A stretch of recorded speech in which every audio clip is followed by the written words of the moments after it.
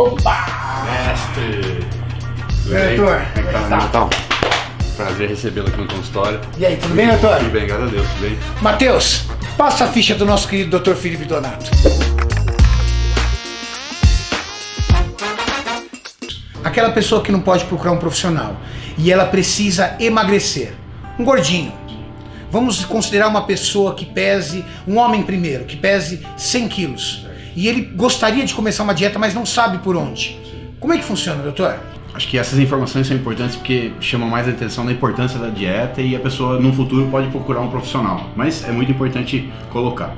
Na literatura, todas as pesquisas científicas pegam que existe uma quantidade de caloria para quilograma de peso corporal. Então a primeira base é a pessoa saber quantas calorias ela tem que comer por dia, dependendo do objetivo que ela tem. A gente tem uma premissa de pegar uma dieta normo ou hipocalórica de 25 calorias por quilograma de peso. 25 calorias por quilograma. Por quilograma de peso. Então um homem de 100 quilos, Homem de 100 quilos. por exemplo, vai consumir quantas calorias? Aqui a gente tem em torno de 2.500 calorias nessa base de cálculo. Para uma mulher, é a mesma coisa? É porque você assume peso corporal. Legal. Então uma mulher que está, por exemplo, com uns 80 quilos, 80 quilos, ela 70 quilos, vai. 70 quilos, ela 70 provavelmente quilos. 1.400 calorias por volta disso, porque é 20, 25 calorias por quilograma de Tá, peso. 1.400 calorias. Isso. Agora, os alimentos, doutor, todos eles têm uma concentração de calorias. Dentro dessas 2.500 calorias, como é que eu distribuo os carboidratos, as proteínas e as gorduras?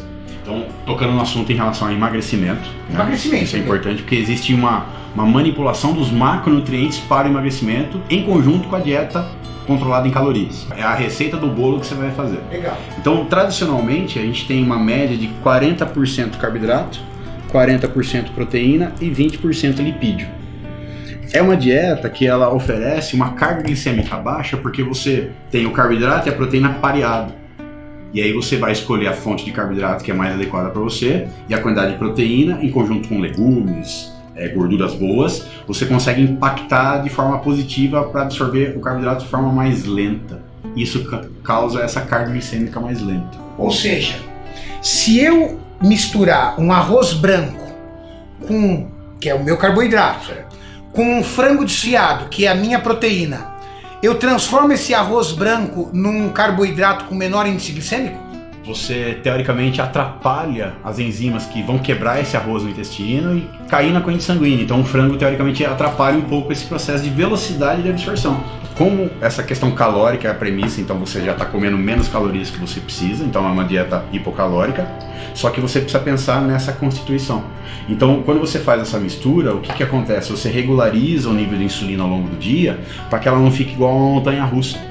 A insulina é um hormônio que, dependendo da quantidade, ela é lipogênica, ela faz você guardar muita gordura, porque ela faz a gordura entrar no adipócito. Então a ideia é o cara ter uma base calórica, mas a cada 4 horas de intervalo, em média, ele possa fazer boas refeições para que o nível de nutrientes ao longo da corrente sanguínea fique estabilizado ao longo do dia. Então, nós podemos afirmar, até aqui num texto aqui para o pessoal entender, que estimular a insulina numa dieta de emagrecimento é uma péssima ideia.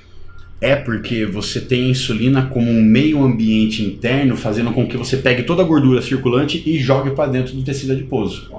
É o veículo. Ninguém quer, né? Não. Pegar uma gordura e jogar dentro do tecido adiposo. A gente quer transformar essa gordura em energia para o corpo. Exato. Então a ideia é você é necessário secretar insulina porque ela faz com que exista a entrada da glicose no músculo esquelético, no fígado para produzir glicogênio, mas ela tem esse efeito na gordura também.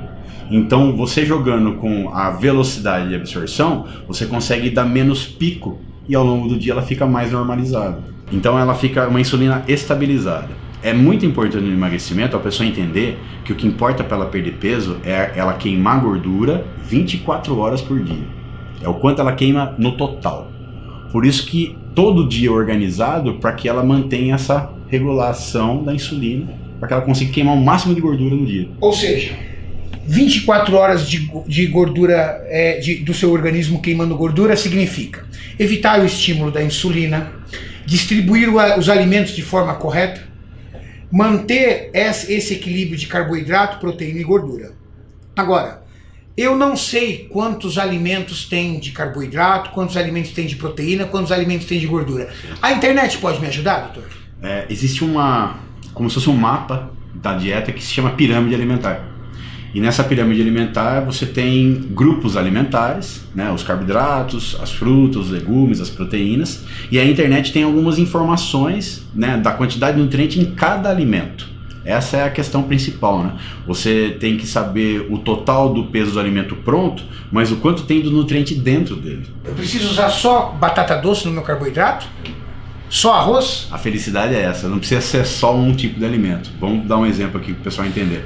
Se você está comendo batata doce, 100 gramas dela cozida, em tabelas nutricionais ela vai ter 20 gramas de carboidrato.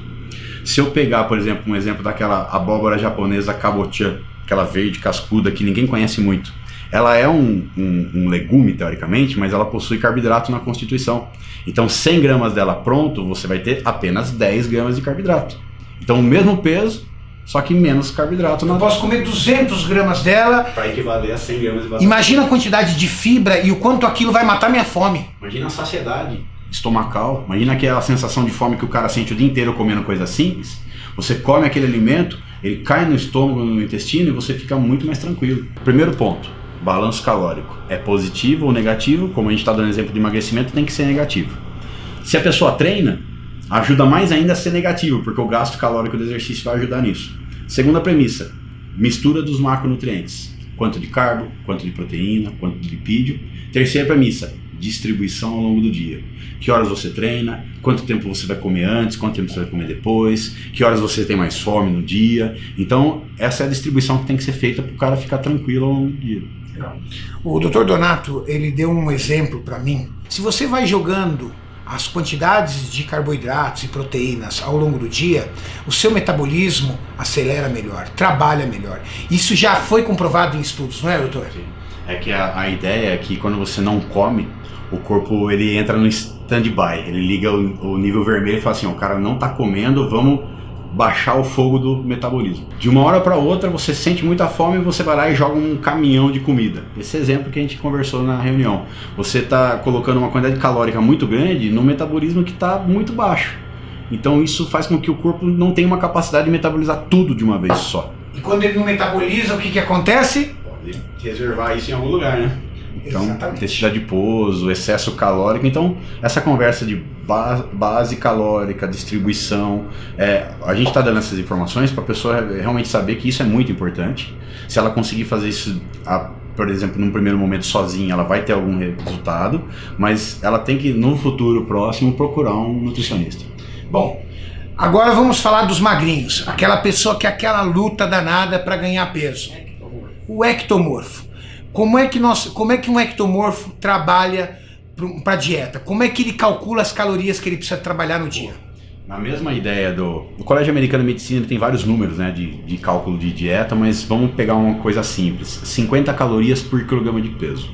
É uma base calórica muito boa, hipercalórica. Eu sou um rapaz de 70 quilos. Exato. Então você vai ter que comer em torno de 3.500 calorias com 50 calorias por quilograma de peso. E já podemos adiantar que é comida pra caramba, né? Olha, quem não tá porque não são acostumado- 3.500 calorias de pizza, né? Não. São alimentos limpos. É comida de verdade, né? Comida de verdade. E dá volume comida de verdade. A questão maior é assim, como que ele vai distribuir esse balanço calórico alto ao longo do dia e quais são os macronutrientes nessa distribuição. E qual é a regra de distribuição? Diferentemente daquela definição que é 40-40-20, por exemplo, num formato, você tem 60% carboidrato, 20% proteína e 20% lipídio. Hoje em dia, a nutrição esportiva contemporânea, mais nova, coloca isso em gramas por quilograma de peso.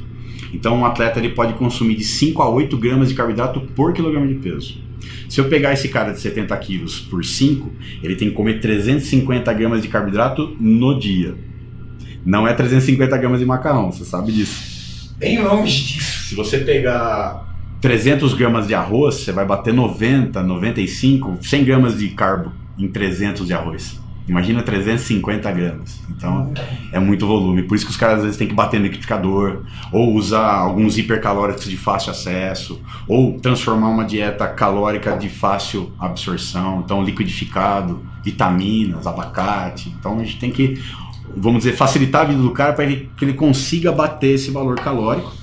Mas essa informação que você trouxe, doutor, é uma informação muito relevante, porque eu vejo muitos ectomorfos comendo muita proteína e pouco carbo. Isso é um erro clássico, Renato. É um erro clássico. O problema de você comer muita proteína é que a proteína faz com que o seu corpo tenha que gastar mais calorias para quebrá-la e absorver. Então, teoricamente, você está tendo mais trabalho de ganhar peso. Não é ela que vai formar o seu músculo, teoricamente, comendo só ela. Então, a proteína tem que ter uma base calórica para que ela seja usada como um músculo sintetizado no futuro. Então, o problema é que o cara come muita proteína e esquece de gordura e carboidrato, que é o balanço calórico verdadeiro. Fantástico. Eu acho que o pessoal que acompanha o nosso canal precisava dessa informação. Precisava de verdade. Bom, temos a dieta da pessoa que precisa emagrecer, temos a dieta da pessoa que precisa ganhar peso.